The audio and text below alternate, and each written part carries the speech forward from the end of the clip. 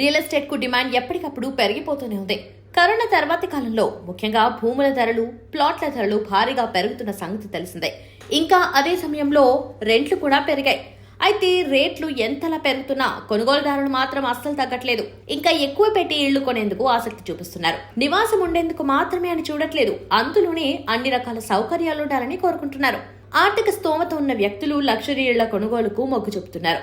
ఇప్పుడు 50 కోట్లు అంతకంటే ఎక్కువ విలువైన ఇళ్లను కొనే వారి సంఖ్య పెరిగింది.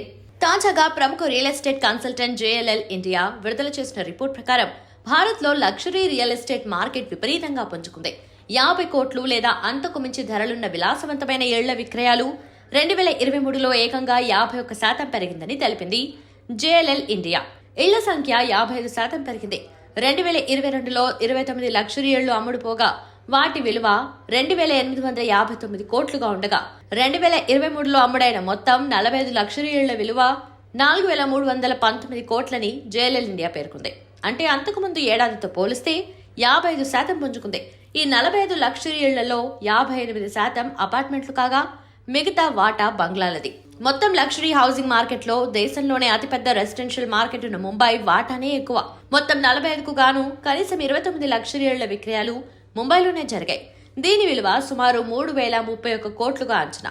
తర్వాత 12 లగ్జరీ ఇళ్లతో ఢిల్లీ NCR రెండో స్థానంలో ఉంది. దీని విలువ 1043 కోట్లు.